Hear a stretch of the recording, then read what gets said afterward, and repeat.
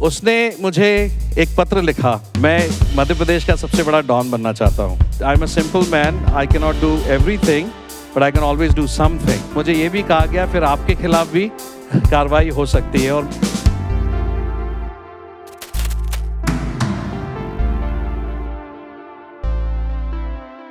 Hello everybody, मेरा नाम आलोक Benjamin है और मैं एक साइकोलॉजिकल काउंसलर और ट्रेनर हूँ। मुझे याद आता है जब मैं छोटा सा था, मैं बहुत इंट्रोवर्ट था, बहुत साधारण स्टूडेंट लाइफ थी और ग्रेजुएशन किया, मैंने पोस्ट ग्रेजुएशन किया और उसके बाद अमेरिकन ऑर्गेनाइजेशन के लिए मैं रीजनल साउथ एशिया डायरेक्टर के रूप में मेरी पदस्थापना हुई। कई देशों में जाके ट्रेनिंग्स ली। जब मैं बीमार पड़ा, हॉस्पिटल में एडमिट था, तो मैं थैंकफुल था, ग्रेटफुल था डॉक्टर्स के लिए, नर्सेस के लिए जो वहाँ काम कर रहे हैं।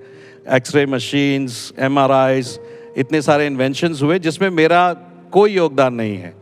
तो मुझे लगा कि मुझे कुछ करना चाहिए क्योंकि मैं इन सब चीज़ों का लाभ उठा रहा हूँ। तो idea came that I need to give back to the society. तब मुझे मन में ये विचार आया कि मैं क्या कर सकता हूँ, कुछ करना है तो क्या करना है।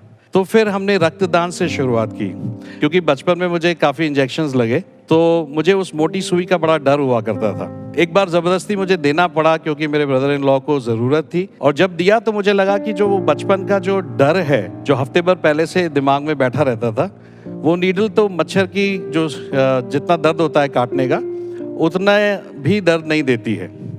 तो उसके बाद हमने शुरुआत की कि रेड क्रॉस के एसोसिएशन में 2009 में ब्लड डोनेशन कैंप ऑर्गेनाइज किया।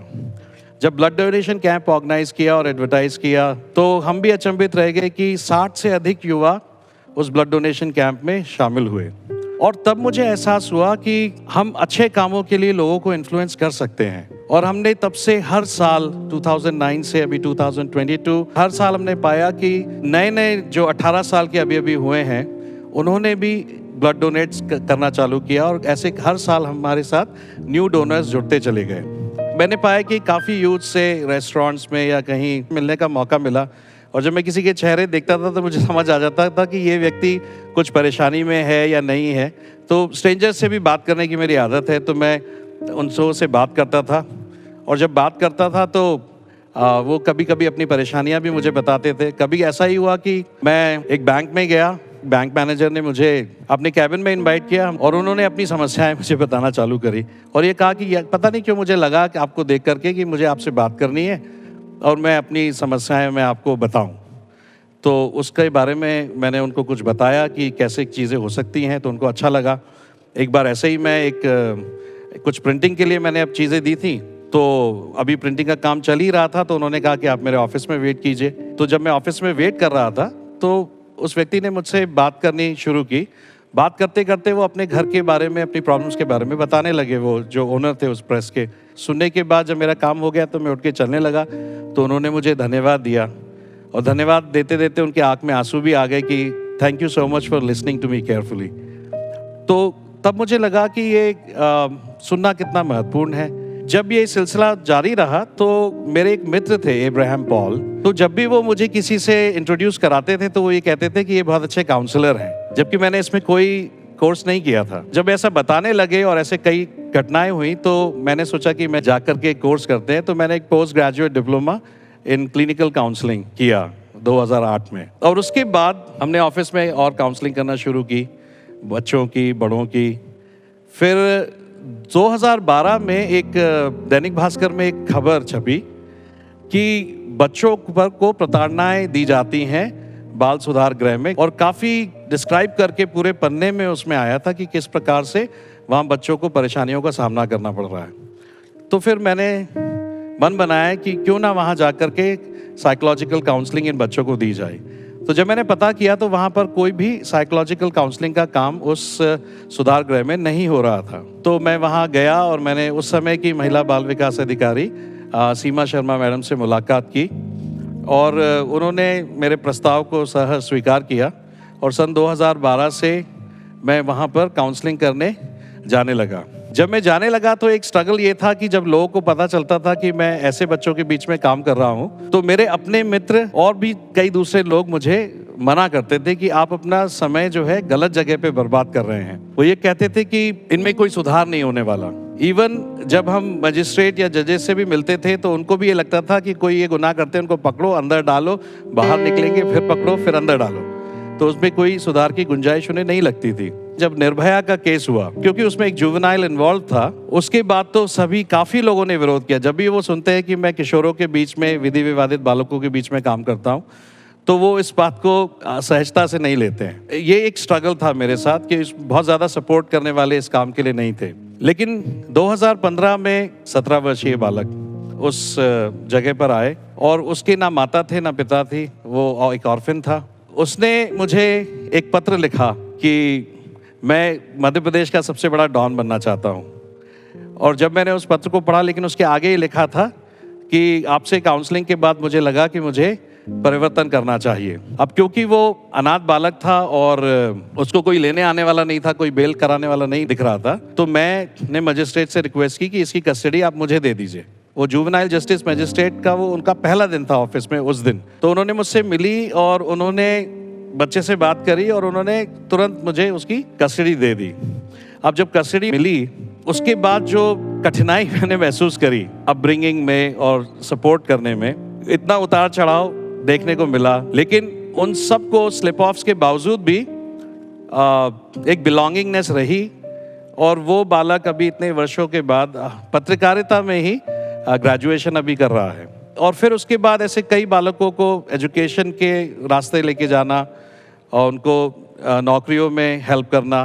तो आज जब मैं पलट करके देखता हूँ तो मुझे खुशी होती है कि कई एडवोकेट बन गए हैं, कई अपने स्कूल चला रहे हैं इसी शहर, ग्वालियर शहर में, और कई ऐसे इलेक्ट्रीशियन हैं, कुछ अलग अलग प्रकार के काम कर रहे हैं। तो उद्देश्य था वहाँ जाने का कि रिपीट ऑफेंडर्स जितना कम हो सके वो बने और इस जगह से बाहर आए। एक्चुअली जो लोग विरोध करते हैं, मैं उनसे अनुरोध करता हूँ कि इस कार्य में वो सहयोग करें।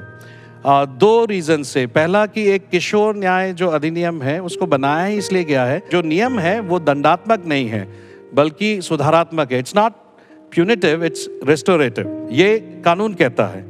और दूसरी बात है, अगर इनका पुनर्वास नहीं हुआ, अगर ये मुख्य धारा से नहीं जुड़े, तो ये कल को आपकी गाड़ी के सामने आएंगे, आपके घर के सामने आएंगे और आपको परेशानी होगी, हमें परेशानी होगी। तो ये ज़रूरी है कि जब बालकपन में ही इनके अंदर रेस्टोरेशन हो सके। एक बात और है, जब मैं वहाँ पर जाता हूँ शुरू से ही, तो मैं चॉकलेट लेकर के जाता हूँ। काउंसलिंग से पहले या बाद में उनको चॉकलेट देता हूँ। तो कई बार मुझे चॉकलेट वाले सर बुलाने लगे कि ये चॉकलेट वाले सर आएंगे, उनसे बात करनी है। फिर थोड़े दिनों के बाद मुझे पता चला कि ऐसे कई बालक होते जो गरीब परिवार से आते हैं, उनके पास दूसरी जोड़ी नहीं है वहाँ पर, या उनके पालक वहाँ तक पहुँच नहीं पाए कि एक जोड़ी और कपड़ा दें। तो 10-10, 11-11, 15-15 दिन में वो एक ही जोड़ी कपड़ा वहाँ पहने हुए हैं। और कई केसेस में ऐसा होता है कि उनके पास अंडरवियर्स भी नहीं होती बदलने के लिए। तो फिर मैंने डिसाइड किया, जो डाउनटाउन है वहाँ से मैं थोक में अंडरवियर्स खरीदता था। चॉकलेट के साथ साथ मैं अंडरवियर्स भी वहाँ ले जाने लगा कि जिससे कि जिनके पास नहीं है उनको दी जा सके। फिर मेरे को दिमाग में ख्याल आया कि अभी तक तो ये लोग मेरे को चॉकलेट सर बोलते थे, चॉकलेट देने पे अभी पता नहीं कौन सा सर वो मुझे बोलेंगे। और इसमें मुझे बहुत संतुष्टि है। और आज जब मैं आपसे बात कर रहा हूँ तो ये 10 साल हो गए हैं मुझे वहाँ पर काउंसलिंग करते करते, और मैं पूर्णतः से मैं निःशुल्क इसको करता हूँ। ऐसा नहीं कि मुझे ऑफ़र नहीं किया गया कि आप इसकी काउंसलिंग फ़ी प्रति बच्चा चार्ज करें, लेकिन मैंने उनसे ये कहा कि, और मेरी फ़िलॉसफी भी है कि ज़िंदगी में कुछ ऐसा तो करना चाहिए जिसके जो आप मुफ्त में करें। अभी मैंने एक सेमिनार लिया था बिरला कॉलेज के लिए, टीचर जो है, एक अच्छा टीचर महान टीचर कैसे बन सकता है। तो वो पहला पॉइंट मेरा ये था कि एक अच्छा टीचर फ्री में सिखाने के लिए तैयार रहता है, क्योंकि वो पैशनेट है उसको करने के लिए। तो ऐसी कोई चीज़ जो हम पैशनेट हैं और ऐसा काम करना चाहिए अच्छा, जो जिसके लिए हमें कोई ऑनरेरियम ना हो, जो हम दिल से करते हो और फ्री में भी कर सकते हैं। बाल सुधार गृह में काउंसलिंग के दौरान हमने पाया कि जब ये बच्चे यहाँ काउंसलिंग करते हैं तो यहाँ काफ़ी उनके अंदर चेंजेस देखने को मिलते हैं, लेकिन जब ये बाहर चले जाते हैं तो हमें नहीं पता रहता कि वहाँ क्या हो रहा है उनके साथ। तो कई बार हमने जुवेनाइल जस्टिस मजिस्ट्रेट से चिट्ठियाँ लिख करके जब भी काउंसलिंग रिपोर्ट्स लिखते थे तो ये हमेशा लिखते थे कि इस बच्चे की हर 15 दिन में कम से कम 3 माह के लिए इसको काउंसलिंग के लिए बुलाया जाए मैंडेटरी रूप से। तो जैसे कई बार चिट्ठियाँ लिखी तो हमारे इस रिक्वेस्ट को माना, और उन्होंने ये कहा कि जो भी यहाँ बच्चे निकलते हैं, अगर हिनियस क्राइम में भी हैं या जेजेबी को लगता है कि इनको काउंसलिंग की ज़रूरत है, तो वो जमानत में सशर्त जमानत देने लगी कि हर 15 दिन में ये आएंगे और ये काउंसलिंग लेंगे 3 माह तक। और जब ये हुआ तो हमने इसके बहुत अच्छे परिणाम देखे। उनके हमने माता पिताओं को भी बुलाया और जो भी उनके मेंटर्स थे उनको बुलाया और उनकी क्या ज़रूरतें हैं, क्या हम कर सकते हैं उनके लिए, किसको एजुकेशन की ज़रूरत है इनकरेज कर सकते हैं, किसको छोटे जॉब दिलवा सकते हैं। ऐसे हमने जहाँ जहाँ कमियां देखी उनके जीवनों में, वहाँ उनको प्रोवाइड करने की कोशिश की, जिससे कि उसमें ज़्यादा फ़ायदा हुआ। तो ये मुझे लगता है कि ये बेस्ट प्रैक्टिस जो है इसकी शुरुआत ग्वालियर में हुई। बड़ी उपलब्धि है कि हम इसको कराने में सफल रहे। एक बार की बात है जब मैं संप्रेक्षण गृह में 2021 में अंदर गया, तो वहाँ पर 2 बच्चे ऐसे लेटे से हुए थे और वो ड्राइंग बना रहे थे, जो हम उनको पहले से ही बताते हैं कि कोई आए तो इनसे बनाई जाए, ताकि हम उससे एक साइकोलॉजिकल इन्फ्रेंसेस ले सके कि ड्राइंग के द्वारा उस बच्चे के अंदर की क्या भावनाएं उसने इंगित की हैं। तो जब मैंने उनसे गया तो सामान्यतः जो बच्चे हैं वो खड़े होकर के बात करते, तो ये बच्चे लेटे लेटे ऐसे करके ड्राइंग बना रहे और मुझसे बात कर रहे। तो मैंने कहा कि आप खड़े क्यों नहीं हो जाते? तो जब वो खड़े होने लगे तो बड़े कराहते हुए खड़े हुए। तो जब मैंने उनसे पूछा कि क्या हुआ है, तो उन्होंने कहा कि हमारी बड़ी पिटाई हुई है थाने में। तो मैंने कहा कि आप काउंसलिंग रूम में आइए, आपसे बात करते हैं। तो एक एक करके उन दोनों को जब बुलाया तो पता चला कि उनको रात भर उनको बहुत बुरी तरह से उल्टा लटका के पीटा गया है। बच्चों ने ये भी बताया कि उनको पेशाब भी पिलाई गई, कांस्टेबल ने अपनी पेशाब उनको पिलाई। ये भी बताया कि उनके सारे कपड़े उतरवा लिए गए। उसको देख करके मुझे बहुत क्रोध आया मन में और मैंने उनसे ये पूछा कि क्या आप इसकी रिपोर्ट करना चाहते हैं? तो उन्होंने कहा कि हाँ, हम इसकी रिपोर्ट करना चाहते हैं। तो मैं दूसरे दिन फिर गया, मैंने उनको 2 शीट्स दिए, दोनों को मैं बाहर रहा, तुम्हें जो लिखना है अलग अलग बैठ के लिख लो। उन्होंने वही सब लिखा जो उन्होंने मुझे बताया था और फिर मैंने अलग से अपनी एक रिपोर्ट बना करके हाई कोर्ट जजेस की एक कमेटी होती, जुवेनाइल जस्टिस कमेटी, उसको भेजी। बहुत अच्छे से ज्ञान था कि ये पैंडोरास बॉक्स खुलने वाला है। जैसे ही ये रिपोर्ट जाएगी और जैसे ही लोगों को पता चलेगा, all hell might break loose. और वही हुआ। मेरे घर के आगे लोग खड़े होने लगे, मित्रों को, मेरे जानने वालों को दबाव के फ़ोन आने लगे, प्रलोभन के लिए बातें होने लगी। ये सारे जो इन दबाव को हमने झेला और सबसे बड़ी बात यह है कि ऐसा लगने लगा जैसे मेरी वजह से उस संस्था में परेशानी आई। और जब ऐसा 2-4 बार हो जाता है तो ऐसा कहा जाता है कि परेशानी होती नहीं है, जहां ये जाते हैं वहां परेशानी होती है। हाई कोर्ट जजेस ने इसको बहुत सीरियसली लिया और उन्होंने ऑर्डर की इंक्वायरी उन पुलिस वालों के खिलाफ और एक ईमानदार आईजी को उन्होंने इसकी इंक्वायरी करने के लिए सौंपा। और मुझे विश्वास है कि उन 2 नाबालिग किशोरों को इस क्षेत्र में न्याय ज़रूर मिलेगा। याद करता हूँ मैं कोविड के समय में सभी तकलीफ़ों से गुजर रहे थे। हम सभी की तरह, ज़्यादातर लोगों की तरह मैं अपने घर में था। मुझे बहुत सारी कुकिंग नहीं आती, लेकिन वहाँ पे मैंने रेसिपीज़ निकालने की कोशिश करी, मैंने कुकिंग करने की कोशिश करी। मैं काफ़ी समय से गिटार बजाता हूँ, तो मैंने गिटार बजा करके फेसबुक लाइव और गाने गा रहा था, तो मैं रिकॉर्ड कर रहा था, कुछ गाने कंपोज किए। तो ऐसे एक हफ्ता ऐसे चला। फिर डॉक्टर शालीन शर्मा जो हैं, वो भी एक महिला बाल विकास अधिकारी हैं, उनसे थोड़ा परिचय उस समय था मेरा। तो उन्होंने मुझे कहा कि क्या आप इस कोविड रिलीफ के कार्य में आप शामिल होना चाहेंगे? क्या करना है, कैसे करना है, नहीं पता था। तो मैंने सोचा कि उसको करते हैं। तो फिर मैंने सबसे पहले फंड रेजिंग के लिए मैंने सोशल मीडिया पे अपने व्हाट्सएप पे डाला कि हमें ग्रॉसरी किट्स की आवश्यकता है और जो लोग डोनेट करना चाहते हैं वो कर सकते हैं। मुझे खुद नहीं पता था कि कितने लोगों को मुझ पर भरोसा हो सकता है। कभी कभी मैं अचंभा करता हूँ कि अगर मैं इसकी जगह होता तो शायद मेरे को कैसे भरोसा हो कि इस आदमी को पैसे दूंगा तो ये सही में दे ही देगा। लेकिन अचंभे की बात ये थी कि कई जो प्रोफेसर्स यूनिवर्सिटी में हैं या जो अधिकारी कलेक्ट्रेट में हैं, उन्होंने भी अकाउंट में पैसे ट्रांसफ़र किए और हम धीरे धीरे देखते गए कि 1000 से ज़्यादा फैमिलीज़ को हम ग्रॉसरी किट पहुंचा पाए। और उसमें मैंने लोगों को देखा, जाना, ऐसे कई अनुभव हुए। जैसे कि कई बार हम ग्रॉसरी देते थे तो 1 किट लेने के बाद लोग झगड़ा करते थे कि हमें दूसरा चाहिए। लेकिन ऐसे भी अनुभव हुए जहां पर 2 किट दे दी है तो वहां पर वो व्यक्ति जो साइकिल से आया अपने बच्चे के साथ लेने के लिए, वो 1 किट वापस कर देता है कि हमें 1 किट अभी काफ़ी है, आप दूसरों की मदद करिए और जब हमें ज़रूरत पड़ेगी तो हम आपको कॉल कर लेंगे। और अभी ऐसे भी अनुभव हुए कि इतना जुड़ाव हो गया कि छोटे छोटे बच्चे भी कॉल करने लगे कि आप कैसे हैं, ये पूछने के लिए। आज की तारीख में कई वेडिंग इनविटेशन या बर्थडे इनविटेशंस भी वैसे लोग भेजते हैं। मुझे याद है कि कई अच्छे परिवारों में से भी हमें कॉल्स आए और उन्होंने ये हमसे आग्रह किया कि हम उनके घर के नज़दीक तक ना आएँ, दूर से ही हमें कॉल कर दें, ताकि लोगों को ये ना पता चले कि हम ज़रूरत में हैं। तो हमने उनकी इस भावना का सम्मान किया और ये सारा हो सका लोगों के सहयोग से। जब सेकेंड वेव आई तो इस रिलीफ वर्क में मैं खुद ही सस्पेक्ट था, क्योंकि कुछ जुवेनाइल्स को जिनको कोविड हुआ था, उस समय में वहाँ सुपरिटेंडेंट को भी कोविड था, तो वो मेरी कार में ही बैठा के मैंने उनको ट्रांसफ़र किया था। तो मैं अपने घर में आइसोलेट हो गया था और उस समय में आपको याद होगा कि काफ़ी डेथ्स हो रही थी, तो हमारे घर में भी सब घबरा गए थे कि मैं ये क्या कर रहा हूँ। तो जब मैं आइसोलेट हो गया था और तब मेरे मन में आया कि ये क्या मतलब अब मैं कैसे मदद करूँ। अब तो मैं बाहर जा नहीं सकता, because I may be at risk and more than me others will be at risk.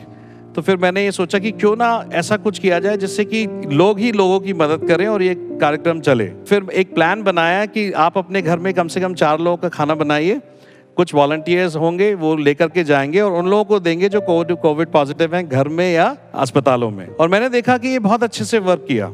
कई लोगों ने तो 20-20, 25-25, 100 लंच बॉक्सेस या बना करके दिए, मील बॉक्सेस, और वॉलंटियर्स ने उनके यहाँ से उठा करके किया। बस मुझे घर पे बैठे बैठे केवल मुझे ऑर्गेनाइज करना था कि कौन कहाँ से उठाएगा, किस घर से और कहाँ दिया जाएगा। तब मुझे पहली बार एहसास हुआ कि ज़रूरी नहीं है कि हम खुद जाएं। अगर मैं खुद नहीं जा रहा हूँ तो भी बहुत सारे लोग ऐसे जा सकते हैं और एक दूसरे की मदद कर सकते हैं। जब बाबूपुर में फ्लड आया और ग्वालियर के आसपास के गाँव में जब फ्लड आया, तो इस बार हमें कलेक्ट्रेट से राजीव सिंह हैं, उन्होंने कॉल किया कि आप क्या इसमें मदद करेंगे। तो हमने अपनी क्षमता के हिसाब से हमने सबसे छोटा सा गाँव जिसमें 900 की आबादी थी, हमने कहा हम इसको अडॉप्ट करेंगे। और फिर वही किया कि हमने कुछ ग्रॉसरी किट्स लेकर के उस गांव में गए और लोगों से पूछा, क्योंकि हमने पहले कभी ये काम नहीं किया था। तो जब सर्वे किया, लोगों से बात की, घर घर जा करके देखा कि उनकी झोपड़ियाँ टूट गई हैं, उनके घर टूट गए हैं, उनके पास खाने को नहीं है। ये भी जाना कि उनके पास जो लकड़ियाँ थी वो गीली हो गई थी, तो खाने बनाने के लिए नहीं है, और चारा जो उन्होंने इकट्ठा किया था वो भी गीला हो गया है, ख़राब हो गया है, तो उनके चारे के लिए नहीं है उनके जानवरों के पास।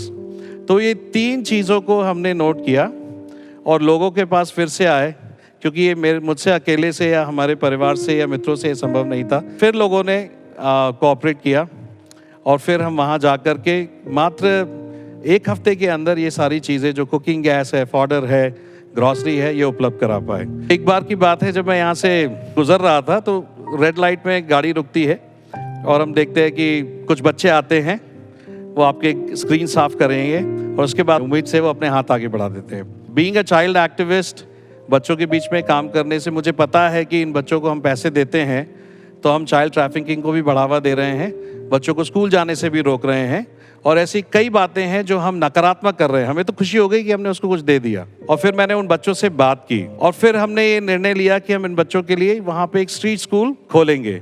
हमने स्ट्रीट स्कूल वहाँ शुरुआत करी बाल भवन में, जहाँ पर बच्चे 7 महीने तक, जो फर्स्ट वेव और सेकेंड वेव के बीच में जो फ्यू मंथ्स थे, वहाँ मैंने खुद जा कर के मंडे टू फ्राइडे और वॉलंटियर्स के साथ उनको पढ़ाया। स्ट्रीट स्कूल में जो हम स्ट्रगल की बात करते हैं, तो एक समय ऐसा आया, हमारे जो शिक्षक हैं उन्होंने खबर दी फ़ोन पर कि यहाँ पर बच्चों को मार रहे हैं। वहाँ उस स्थान पर पहुँचा, बाल कल्याण समिति के सदस्य और चाइल्ड लाइन भी फ़ोन कॉल पे आ गए और उन्होंने चीज़ों को संज्ञान में लिया और ये कहा गया कि उसको तत्काल प्रभाव से उसको वहाँ से माली को हटा दिया गया है।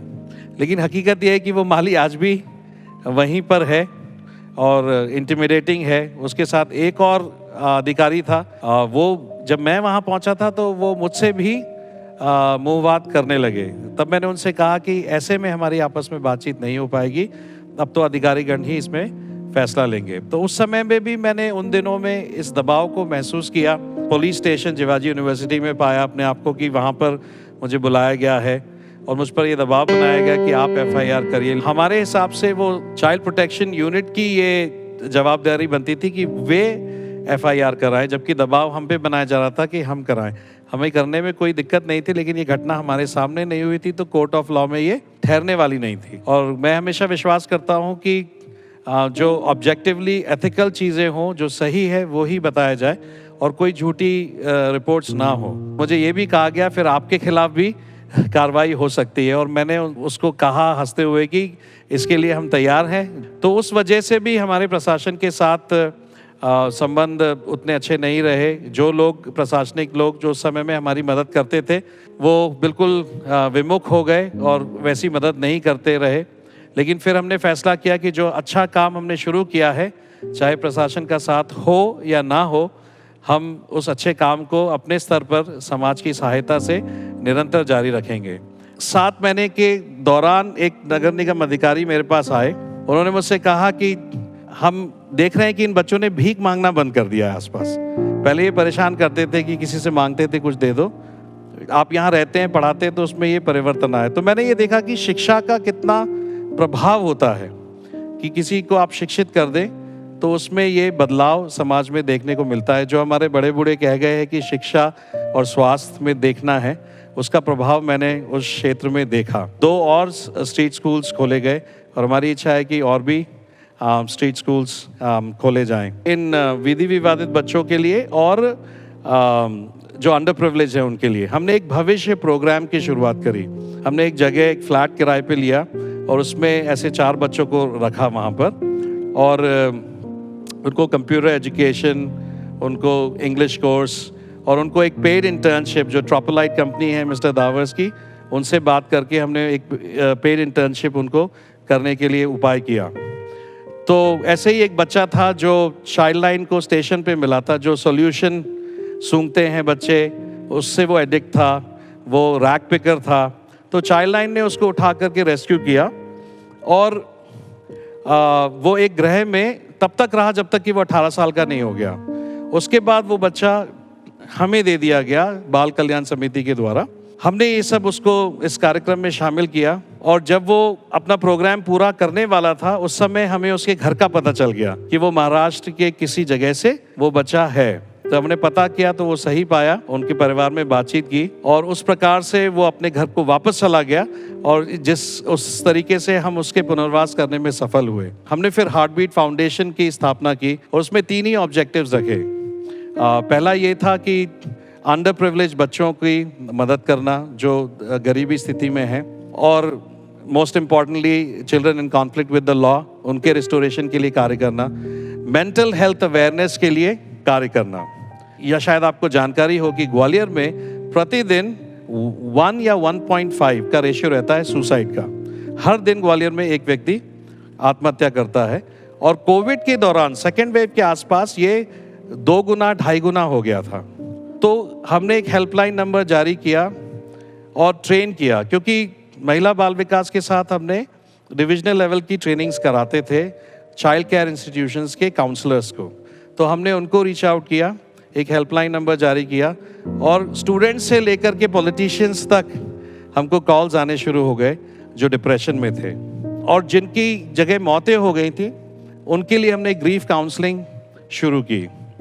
सुसाइड प्रिवेंशन वीक के दौरान हमने एक कैनोपी लगाया था जिसमें हम रैपिड डिप्रेशन टेस्ट कर रहे थे और मुझे अभी भी याद है 23% ऑफ दोज पीपल मेट अस, उन्होंने कहा कि वो सुसाइडल हैं। तो हमें महसूस हुआ कि ये मेंटल हेल्थ अवेयरनेस के लिए बहुत ज़्यादा काम किए जाने की आवश्यकता है। और तीसरा ऑब्जेक्टिव यही रखा गया कि रिलीफ वर्क करें ताकि लोगों तक जब भी आपदा हो, ये हमारा मेन काम नहीं है कि हम रिलीफ करें, लेकिन अगर समाज को ज़रूरत पड़ती है तो हम तैयार रहें उसको करने के लिए। और भी ऐसे कई काम हैं जैसे कि ब्लैंकेट डिस्ट्रीब्यूशन या टॉयज़ डिस्ट्रीब्यूशन जो हॉस्पिटल्स में बच्चों में हमने किए। उनकी खुशी जो उनके चेहरे पे थी वो देखते ही बनती थी जब बच्चे जो ये सब लगा हुआ है उनकी नाकों में और जब वो रो रहे हैं, जब आप टॉय ले जाके उनको देते हैं तो वो बहुत प्रसन्न होते हैं। तो ये सारी जो चीज़ें हमने देखी, it is so satisfying to give back to the society. दूसरी चीज़ ये भी देखी कि कई लोग इंस्पायर होकर के जो मैं कर रहा था वो करने लगे और उन्होंने बताया कि हमें ये इंस्पिरेशन मिली कि हमें भी ये करना चाहिए। So we can inspire people for good. और इस जर्नी में हमेशा की तरह मेरे परिवार का बहुत साथ रहा and there are so many close friends those who always encourage me to do the good thing. और मैंने महसूस किया कि I am a simple man, I can not do everything but I can always do something. एक छोटी सी चीज़ें हम कर सकते हैं, वो छोटी छोटी सी चीज़ें दूसरा भी कर सकता है, और इस प्रकार से हम अपने समाज को एक बेहतर समाज बनाने में सफल हो सकते हैं कि we are making a difference. हमें बहुत प्रसन्नता होती है कि हम कुछ समाज को दे पाए, और अभी तो मुझे लगता है कि ये शुरुआत है, यद्यपि काफ़ी साल हो गए हैं, लेकिन ये फिर भी एक शुरुआत है और आगे को इसमें मल्टीप्लिकेशन होना है।